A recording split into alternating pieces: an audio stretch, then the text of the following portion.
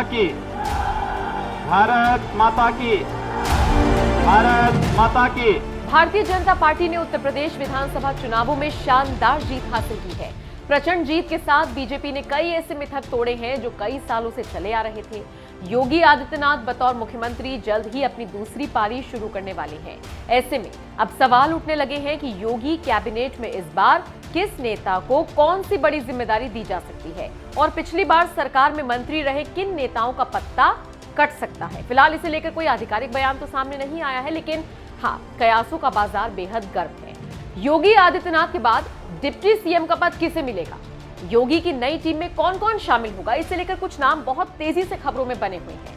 हैरानी की बात यह है कि सामने आई तमाम खबरों में कहीं से कहीं तक भी अपर्णा यादव का नाम शामिल नहीं है। सपा का दामन छोड़कर बीजेपी में आई अपर्णा को लेकर पहले ये खबरें आई थीं कि उन्हें उनकी पसंदीदा लखनऊ कैंट सीट से बीजेपी चुनाव लड़वा सकती है, लेकिन ये खबरें अफवाह साबित हुई। फिर खबर आई कि बीजेपी अपर्णा को करहल सीट से मैदान में उतार सकती है, जहां उनके खिलाफ अखिलेश होते, लेकिन ये भी मुमकिन नहीं हो पाया।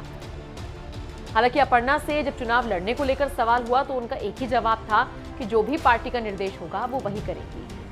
चुनाव खत्म हो गए, नतीजे भी आ गए। इस बीच पिछले काफी वक्त से ये खबरें हैं कि अपर्णा को योगी कैबिनेट में जगह मिल सकती है। इसको लेकर चुनावों के दौरान जब अपर्णा से हमने बात की थी तो उन्होंने फिर यही कहा था कि आला कमान जो फैसला लेगी उसके लिए वो तैयार है। अपर्णा ने क्या कहा था, जरा पहले आप वो सुनिए। अब लोगों ने कहना शुरू कर दिया है कि अगर ही लगाऊंगी क्योंकि मैं पत्रकार हूँ, बीजेपी की वापसी होती है, योगी सरकार बनती है तो कैबिनेट मंत्री आपको बनाया जा सकता है, ये खबरें हैं। देखिए, अगर आशीर्वाद मिलेगा मेरे शीर्ष नेतृत्व का तो क्यों नहीं जिम्मेदारी उठाएंगे। बाकी सब कुछ मैं शीर्ष नेतृत्व पे छोड़ चुकी हूँ, जैसा वो कहेंगे वो कर रही हूँ। अभी उन्होंने जो जिम्मेदारी जिलों की दी है मुझे प्रचार करने की, प्रसार करने की, वो मैं कर रही हूँ। मैं पूर्ण निष्ठा के साथ अपनी पार्टी के साथ हूँ। जी, सपा में रहते हुए भी आप जनता की सेवा कर सकती थी, सिर्फ विचारधारा ही एक मकसद था या फिर एक होता है ना अपर्णा की मैं भी कहीं जाऊंगी तो एक उम्मीद के साथ जाऊंगी, कोई भी जाएगा आगे स्विच करेगा, एक उम्मीद के साथ करेगा। क्या उम्मीद थी? वो उम्मीद टूटी। राष्ट्र से बड़ी उम्मीद हो सकती है किसी भी युवा के लिए। आपके लिए कोई इरादा नहीं था कि मुझे भी किसी सीट से टिकट मिले? पहनने के लिए कपड़ा है, खाने के लिए रोटी है, और अपर्णा यादव को सेवा करनी थी। मैं वहाँ भी कर रही थी क्योंकि यहाँ पे राष्ट्र की बात थी, इसलिए मैं यहाँ। Simple is the theory. Aparna तो अपनी तरफ से तैयार है, लेकिन बीजेपी उन्हें कब मौका देगी, ये बड़ा सवाल है। चलिए अब आपको उन नामों से वाकिफ कराते हैं जिनकी चर्चा योगी कैबिनेट में शामिल होने को लेकर हो रही है। केशव प्रसाद मौर्य। इस लिस्ट में सबसे पहला नाम केशव प्रसाद मौर्य का सामने आया है। भले ही चुनावों में उनका प्रदर्शन खराब रहा हो, लेकिन उनकी सियासी ताकत पर चुनावी हार का कोई असर नहीं हुआ। सूत्रों की माने तो 2024 में जातीय समीकरण बैठाने के लिए बीजेपी मौर्य को एक बार फिर से डिप्टी सीएम बना सकती है, क्योंकि साल 2017 में प्रदेश अध्यक्ष रहते हुए उन्होंने यूपी में बीजेपी को रिकॉर्ड जीत दिलाई थी और ये बात कभी भूली नहीं जा सकती। स्वतंत्र देव सिंह। इस लिस्ट में दूसरा नाम सामने आ रहा है स्वतंत्र देव सिंह का। यूपी में प्रदेश अध्यक्ष के तौर पर शानदार काम करने वाले स्वतंत्र देव सिंह को डिप्टी सीएम बनाकर रिवॉर्ड दिया जा सकता है।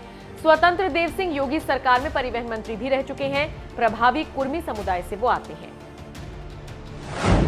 बेबी रानी मौर्य। बेबी रानी मौर्य को लेकर भी खबरें हैं कि उन्हें बड़ा पद दिया जा सकता है। कहा जा रहा है जाटव समुदाय से आने वाली बेबी रानी मौर्य को डिप्टी सीएम बनाया जा सकता है। इससे बीजेपी एक तीर से दो निशाने साध सकती है। एक तो इतने बड़े पद पर महिला होंगी तो एक अलग संदेश जाएगा, और दूसरा जाटवों को अपने पाले में लाने का काम भी कर सकती है। आपको बता दें, बेबी रानी मौर्य उत्तराखंड की राज्यपाल भी रह चुकी हैं। ब्रजेश पाठक। ब्रजेश पाठक बीजेपी का बड़ा ब्राह्मण चेहरा है। योगी सरकार में कानून मंत्री रह चुके हैं, लोकसभा राज्यसभा के सांसद रह चुके हैं। हो सकता है उन्हें भी किसी बड़े पद की जिम्मेदारी सौंप दी जाए। ये तो बात हुई पुराने और वरिष्ठ नेताओं की बात। खबर है इस बार नए चेहरों को भी काबिलियत साबित करने का मौका मिल सकता है। जिन नए चेहरों का नाम सामने आ रहा है उनमें कन्नौज से विधायक असीम अरुण, बलिया से विधायक दयाशंकर सिंह, नोएडा से विधायक पंकज सिंह को कैबिनेट में जगह दी जा सकती है। पूरी लिस्ट देखेंगे तो आपको कहीं भी अपर्णा का नाम नजर नहीं आएगा। हालांकि ये तो सिर्फ कयासबाजी है। देखना होगा जब फाइनल मुहर लगेगी तो अपर्णा को मौका मिलेगा या फिर उनका पत्ता कट जाएगा। आपका इस खबर पर क्या कहना है, कमेंट करके अपनी राय हमें जरूर।